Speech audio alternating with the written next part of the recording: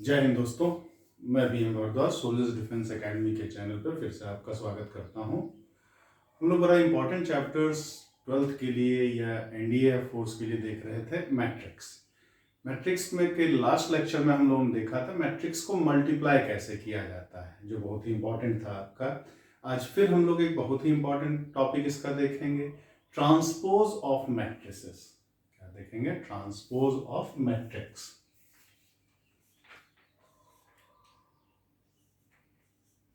Transpose of matrix. आप video को last तक जरूर देखेंगे क्योंकि इसके प्रॉपर्टीज जब मैं बताऊंगा, प्रॉपर्टीज से related direct NDA air force में क्वेश्चंस पूछे जाते हैं, जो बहुत ही आसान होता है, कठिन ये नहीं होता है, लेकिन इंपॉर्टेंट बहुत है आपका और टाइम सेविंग है। इससे अगर सवाल ट्रांसपोज वाले से पूछता है तो अगर बस आपको प्रॉपर्टीज याद है तो आप देखते के साथ उसका आंसर लगा सकते हो और लगभग हर बार इससे रिलेटेड क्वेश्चंस NDA में पूछा जाता है। बोर्ड में तो इसके प्रूविंग से रिलेटेड क्वेश्चंस भी पूछे जाते हैं, लेकिन NDA एग्जाम में आपका बस देखो और टिक लगाओ वाला है, बस प्रॉपर्टीज आपका याद होना चाहिए। तो ट्रांसपोज क्या होता है?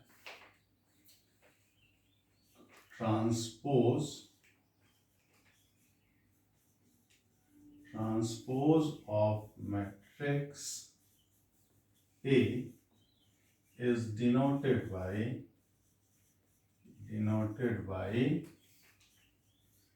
AT और A'।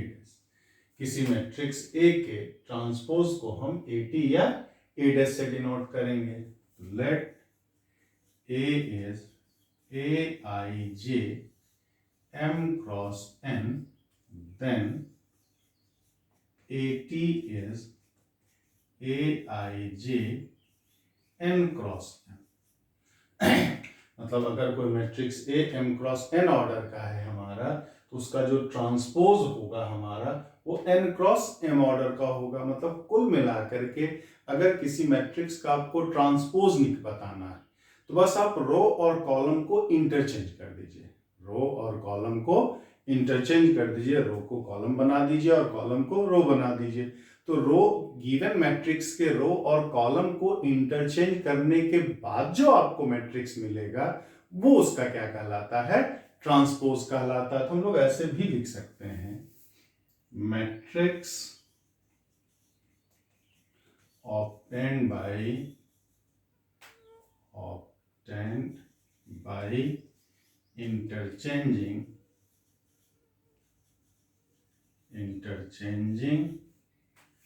rows and columns of a given matrix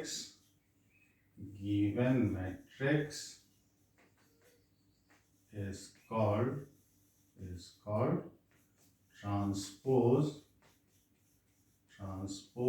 of given matrix। Transpose of given matrix. दिए गए मैट्रिक्स के रोज और कॉलम को इंटरचेंज करने से जो आपको मैट्रिक्स मिलेगा, जो मैट्रिक्स मिलता है वो उसका क्या कहलाता है? ट्रांसपोज कहलाता है हमारा।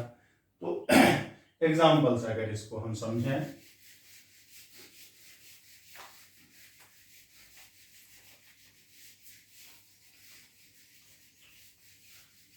अगर कोई मैट्रिक्स A दिया हुआ है आपका 1 3 5 7 2 1, तो ये हमारा कैसा है भाई? 3 क्रॉस 2 का मैट्रिक्स है। तो इसका अगर हम ट्रांसपोज निकालेंगे, अगर हम लोग इसका ट्रांसपोज निकालें तो ये क्या होगा? इसमें कितने हैं? 3 रो हैं, तो ट्रांसपोज में 3 कॉलम होगा और कॉलम कितने हैं? 2, तो इसमें क्या होगा? ट्रांसपोज में 2 रो होगा। तो हमें क्या करना है? ये फर्स्ट रो को फर्स्ट कॉलम बना दीजिए, सेकेंड रो को सेकेंड कॉलम बना दिया और थर्ड रो को थर्ड कॉलम बना दिया। तो अपने आप रो कॉलम में चेंज हो गया और कॉलम रो में चेंज हो गया। तो ये कैसा है? हमारा 2 क्रॉस 3 का मैट्रिक्स है। तो है ना, बहुत ही आसान। ट्रांसपोज निकालना, बस केवल कुछ नहीं करना है आपको, रो को कॉलम में कन्वर्ट कर देना है, कॉलम को रो में कन्वर्ट कर देना है। दूसरा एग्जांपल अगर देखें हम,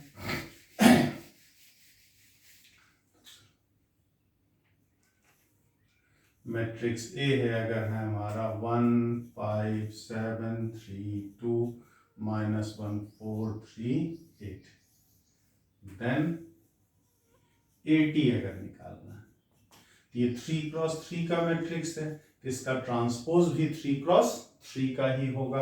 बस रॉ को हमें कॉलम, इसका जो फर्स्ट रॉ है इसको हमें फर्स्ट कॉलम, फर्स्ट रो है 1 3 4, तो ट्रांसपोज में ये फर्स्ट कॉलम बन जाएगा हमारा। सेकेंड रो है इसका 5 2 3, तो इसको हमें क्या बना देना है, सेकेंड कॉलम बना देना। थर्ड रो क्या है 7 -1 8, तो थर्ड कॉलम 7 -1 और 8 बना देना, तो ये भी 3x3 का ही रहेगा। अगर स्क्वायर मैट्रिक्स है, स्क्वायर मैट्रिक्स में ट्रांसपोज और मैट्रिक्स के डायगोनल एलिमेंट चेंज नहीं होते हैं, डायगोनल एलिमेंट चेंज नहीं होगा हमारा, ये ध्यान रखना। बाकी रेक्टेंगुलर है तो कोई दिक्कत नहीं, लेकिन स्क्वायर मैट्रिक्स है अगर हमारा, तो स्क्वायर मैट्रिक्स में मैट्रिक्स और ट्रांसपोज मैट्रिक्स के डायगोनल एलिमेंट सेम होंगे, बाकी सब चेंज होगा। मतलब इतना भी नहीं याद रखना, बस इतना ध्यान रखना है, रो को आपको कॉलम में बदल दीजिए, कॉलम को रो में बदल दीजिए। ऐसा करने से जो भी मैट्रिक्स आपको मिलेगा वही उस दिए गए मैट्रिक्स का क्या होगा, ट्रांसपोज होगा हमारा। तो उम्मीद करते हैं ट्रांसपोज आप समझ गए होंगे।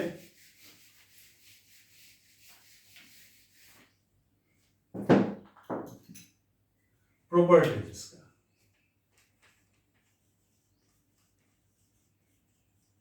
Properties of transpose. First AT is equal to A. किसी ट्रांसपोज का अगर ट्रांसपोज लेंगे तो वापस उसी मैट्रिक्स ए पे आ जाएंगे। जैसे अगर हम एग्जांपल के लिए लें, ए अगर है हमारा 1 3 5 2 -1 4, तो अगर 80 लेंगे तो 80 इसका क्या हो जाएगा, फर्स्ट कॉलम को फर्स्ट रो बना दिया 1 3 5, और सेकंड कॉलम को सेकंड रो बना दिया हमने, ये हमारा क्या था 3x2 का, ये क्या हो गया 2x3। अब इसका भी ट्रांसपोज आपसे लेने का रहा है, तो इसका जब ट्रांसपोज लोगे तो फिर हमें रो को कॉलम में इंटरचेंज करना है, तो क्या हो गया इस 1 3 5 2 -1 4, तो देख रहे हैं तो वापस जो हमने है पाया वो क्या है, जो दो मैट्रिक्स दिया हुआ था वापस वही मिल गया है हमारा। तो ट्रांसपोज का अगर आप ट्रांसपोज लेते हो तो वापस उसी मैट्रिक्स पे आ जाते हैं हम लोग।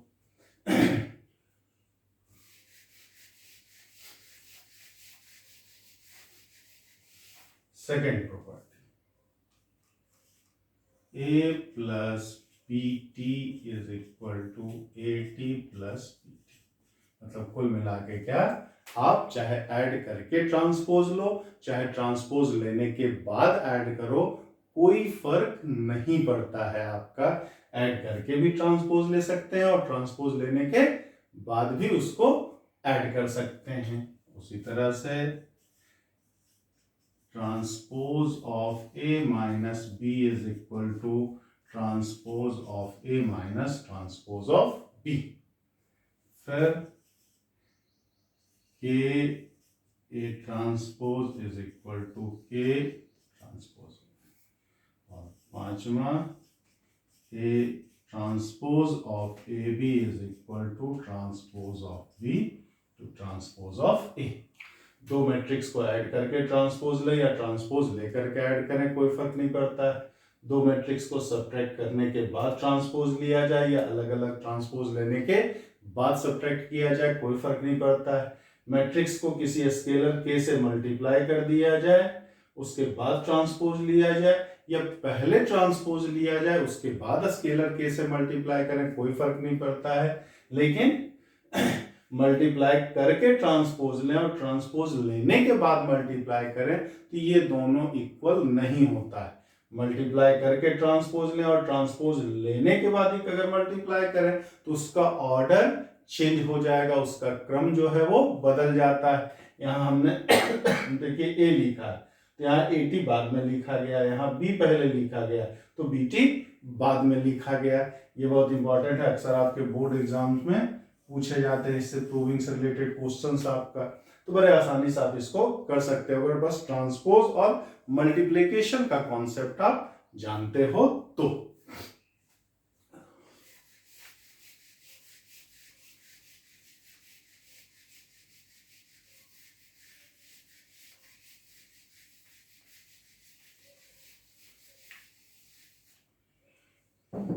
अब इसी में आता है सिमेट्रिक मैट्रिक्स, ट्रांसपोज से रिलेटेड ही आता है सिमेट्रिक मैट्रिक्स। सिमेट्रिक मैट्रिक्स तो a square matrix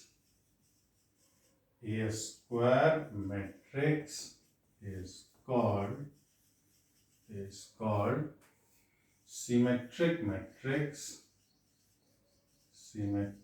matrix if AT is equal to A और AIJ is equal to AJI for all I and J। मतलब क्या, अगर किसी मैट्रिक को स्क्वायर, ऐसा स्क्वायर मैट्रिक्स है जिसका ट्रांसपोज लेने पे कोई फर्क ना पड़े, जिसका ट्रांसपोज लेने पर कोई फर्क ना पड़े हमारा, या ऐसा कह सकते हैं कि रो और कॉलम को इंटरचेंज करने पे मैट्रिक्स में कोई चेंजिंग ना हो हमारा, तो उस मैट्रिक्स को हम क्या कहते हैं, सिमेट्रिक मैट्रिक्स कहते हैं। या कुल मिलाकर के क्या, ए आई जो हो वो ए जे आई के इक्वल हो। जैसे एग्जांपल्स की बात करें, मैट्रिक्स ए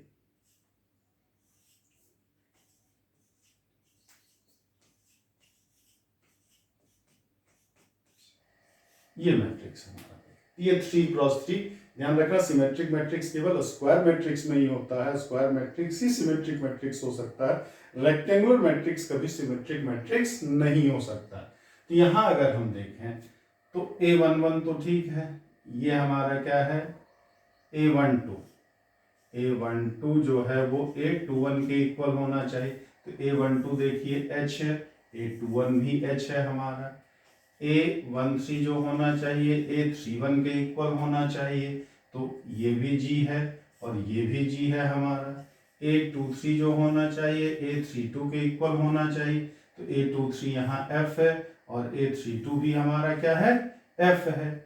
A11 के इक्वल, तो कोई दिक्कत नहीं है, तो A के इक्वल होगा ही। A22 भी इसी के इक्वल, A33 भी इसी के इक्वल हमारा, तो कोई भी नंबर अपने खुद के इक्वल तो होना ही होना है हमारा।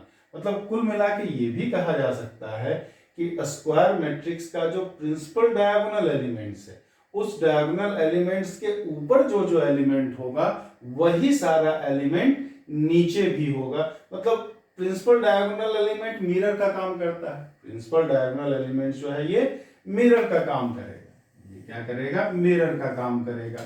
और ऊपर वाले सारे एलिमेंट्स नीचे वाले के एक तरह से क्या होंगे, मिरर इमेज होंगे हमारे। देखिए यहाँ G है तो यहाँ भी G है, यहाँ H है तो यहाँ भी H है, यहाँ F है तो यहाँ भी F है हमारा। नहीं, ज्यादा बुद्धि लगाने की जरूरत नहीं है, कुल मिला के रो और कॉलम को आपस में इंटरचेंज कर देंगे। अगर रो और कॉलम को इंटरचेंज करने पर देखेंगे कोई फर्क नहीं पड़ रहा, जो पहले था वही चीज फिर आ जा रही है, इसका मतलब कि दिया गया मैट्रिक्स जो है वो स्क्वायर मैट्रिक्स जो है वो कैसा मैट्रिक्स है, सिमेट्रिक मैट्रिक्स है हमारा। और एग्जांपल अगर देखना चाहें देख सकते हैं, मैट्रिक्स B 1773, ये हमारा क्या है, सिमेट्रिक मैट्रिक्स है। मैट्रिक्स C ले लें, 5 3 3 2 1 4 1 4 7, ये भी हमारा क्या है, सिमेट्रिक मैट्रिक्स है। हमारी ये सेकेंड ऑर्डर का सिमेट्रिक मैट्रिक्स है, ये थर्ड ऑर्डर का सिमेट्रिक मैट्रिक्स है हमारा। यहाँ देखिए 3 3 यहाँ भी है, 1 और 1 4 और 4, डायगोनल एलिमेंट्स के जैसा ऊपर वाला एलिमेंट है वैसा ही नीचे वाला एलिमेंट्स। यहाँ भी क्या, A12 जो है वही A21 के इक्वल है हमारा। तो यहाँ पर रो जो फर्स्ट रो है वही फर्स्ट कॉलम है, जो सेकेंड रो है वही सेकेंड कॉलम। जो फर्स्ट कॉलम फर्स्ट रो के इक्वल सेकेंड रो के इक्वल थर्ड रो के इक्वल हमारा, तो रो और कॉलम को, यहाँ रो और कॉलम दोनों सेम ही है, तो रो और कॉलम को इंटरचेंज करने पे कोई फर्क नहीं पड़ेगा, और अगर रो और कॉलम को इंटरचेंज करने पे कोई फर्क नहीं पड़ता है तो मैट्रिक्स हमारा क्या कहलाता है, सिमेट्रिक मैट्रिक्स कहलाता है। फिर इसी skew symmetric matrix, skew symmetric matrix क्या हो जाता है, तो a square matrix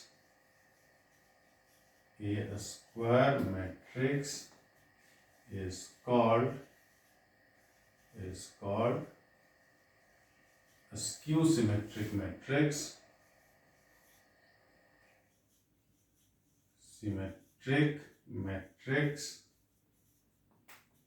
if AIJ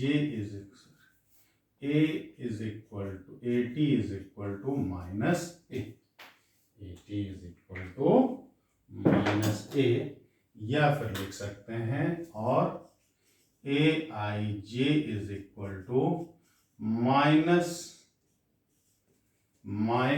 AJI और ऑल I एंड J। वहां सिमेट्रिक मैट्रिक्स में क्या था कि मैट्रिक्स और उसका ट्रांसपोज सेम होना चाहिए। यहाँ स्क्यू सिमेट्रिक मैट्रिक्स कब होता है, जब किसी मैट्रिक्स का ट्रांसपोज उस दिए गए मैट्रिक्स का नेगेटिव हो जाए हमारा। वहां पे AI जो सिमेट्रिक मैट्रिक्स में AIJ AJI के इक्वल होना चाहिए, लेकिन यहाँ AIJ माइनस AJI के इक्वल होना चाहिए। जैसे एग्जांपल से अगर हम समझें तो matrix A 0 5 -5 5 3 -3 0 2 -2 2 0 is a skew symmetric matrix, a skew symmetric matrix। ये तो यहाँ अगर हम बात करें तो सिमेट्रिक मैट्रिक्स के लिए क्या होना चाहिए, A11 जो होना चाहिए माइनस A11 के इक्वल हमारा, यानी कि 2A11 इज इक्वल टू 0, तो A11 इज इक्वल टू भी 0 हमारा। उसी तरह से हम लेंगे अगर A22 लें, A22 जो होना चाहिए A-22 के इक्वल, तो A22 इज इक्वल टू 0, तो A22 इज इक्वल टू भी 0। ये ध्यान रखें, बहुत इंपॉर्टेंट है, अक्सर एग्जाम में पूछे जाने वाले एलिमेंट्स है।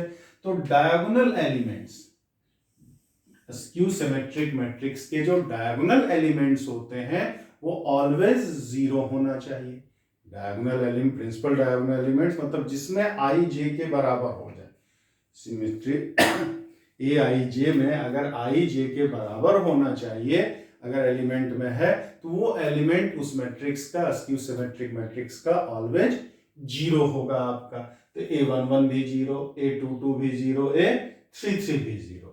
अब बाकी बचा हमारा, तो प्रिंसिपल डायगोनल्स के ऊपर वाला एलिमेंट्स जो होना चाहिए, नीचे वाले और नीचे वाला एलिमेंट जो होना चाहिए, नॉमेरिकल वैल्यू तो सेम होगा, नंबर में तो दोनों का सेम होगा, लेकिन साइन अपोजिट होगा हमारा। कैसे, अब अगर हम बात करें A12 जो होना चाहिए माइनस A21 के इक्वल, तो A12 5 है, A21 -5 है हमारा।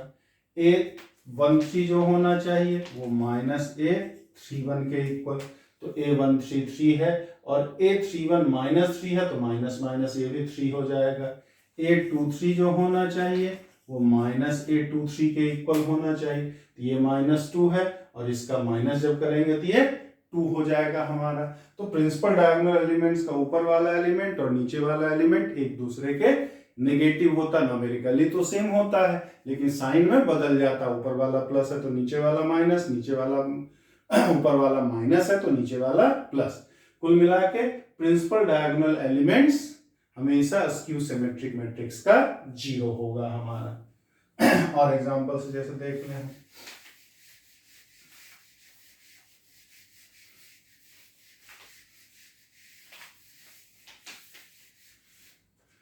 मैट्रिक्स B है हमारा 0 3 0 -3, या मैट्रिक्स C है हमारा 0 h g minus h minus g 0 f minus f g, ये सब क्या है? अस्क्यू सिमेट्रिक मैट्रिक्स है हमारा। तो नोट में इसमें जरूर से ये आप लिख लीजिए, all diagonal elements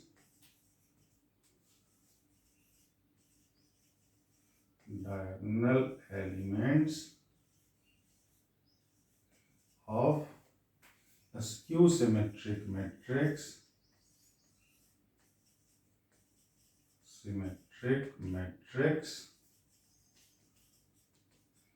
always 0। किसी भी स्क्यू सिमेट्रिक मैट्रिक्स का डायगोनल एलिमेंट्स जो होता है वो हमेशा 0 होगा हमारा। इसके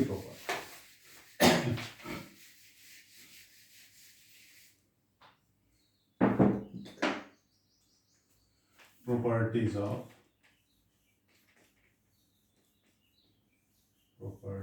of symmetric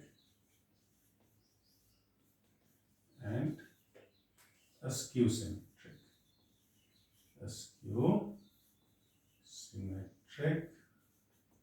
matrices। First,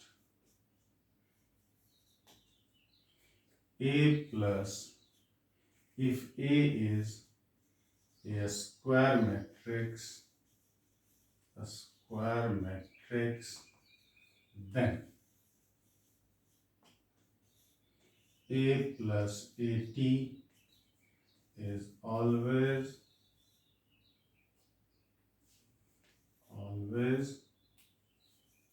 a square matrix. A plus AT is always a symmetric matrix.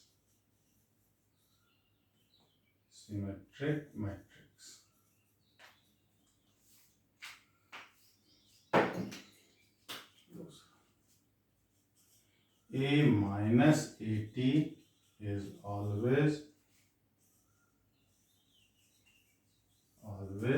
a skew symmetric matrix.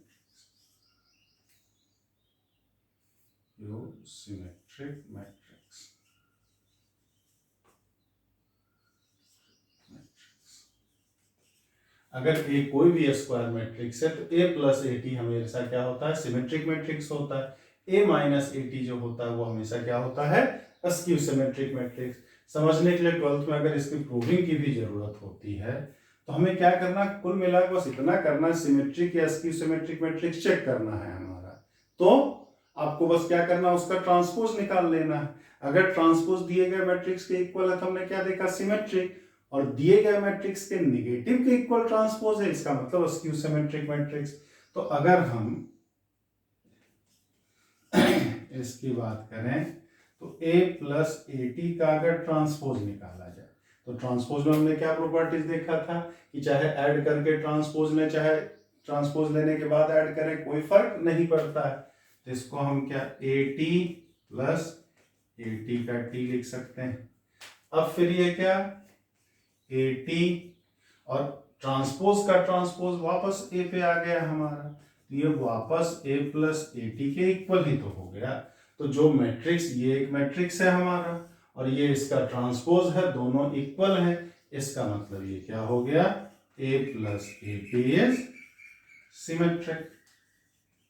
Symmetric हो गया हमारा। फिर उसी तरह से अगर यही, उम्मीद करते हैं समझ हो गए होंगे, ये 12th में अक्सर प्रूफ करने के लिए 2 नंबर या 4 नंबर वाले क्वेश्चंस में आता है आपका।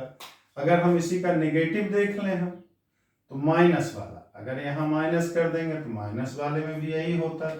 अब ये आपका माइनस हो जाएगा। अब इससे माइनस हमें क्या कॉमन लें तो वापस उसी मैट्रिक्स पे आ जाएंगे हम। ये तो इसका जो ट्रांसपोज है इस मैट्रिक्स के नेगेटिव के इक्वल आ रहा, इसका मतलब क्या हो गया? A माइनस AT जो हो जाएगा वो सिमेट्रिक ना हो करके अस्क्यू सिमेट्रिक मैट्रिक्स हो जाएगा। अस्क्यू सिमेट्रिक मैट्रिक्स हो जाएगा हमारा।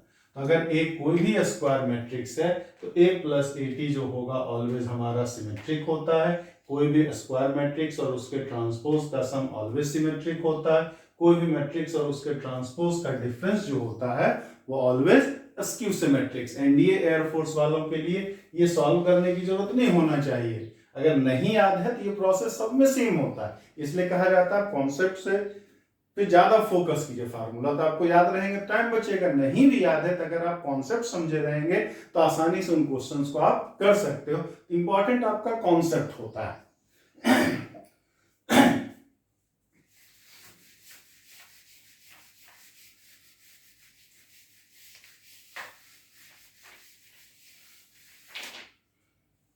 दूसरे properties number second, if N E square matrix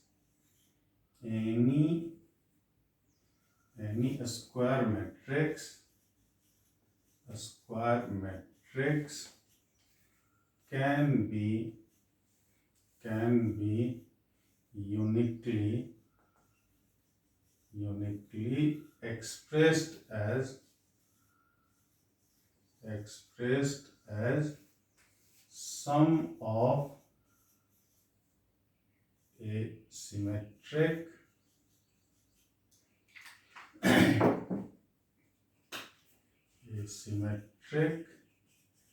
and a skew symmetric matrix.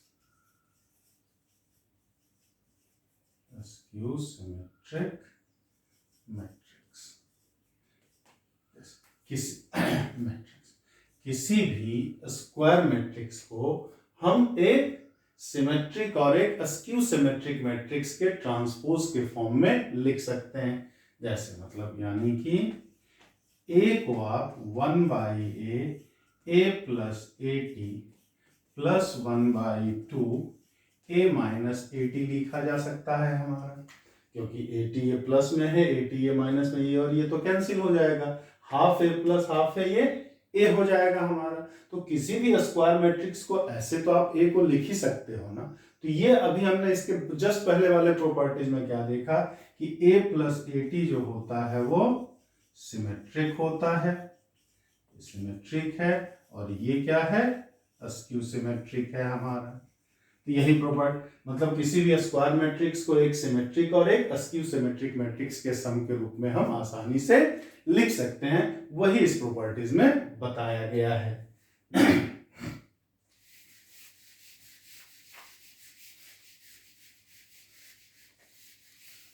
Properties number third, if A and B are square matrices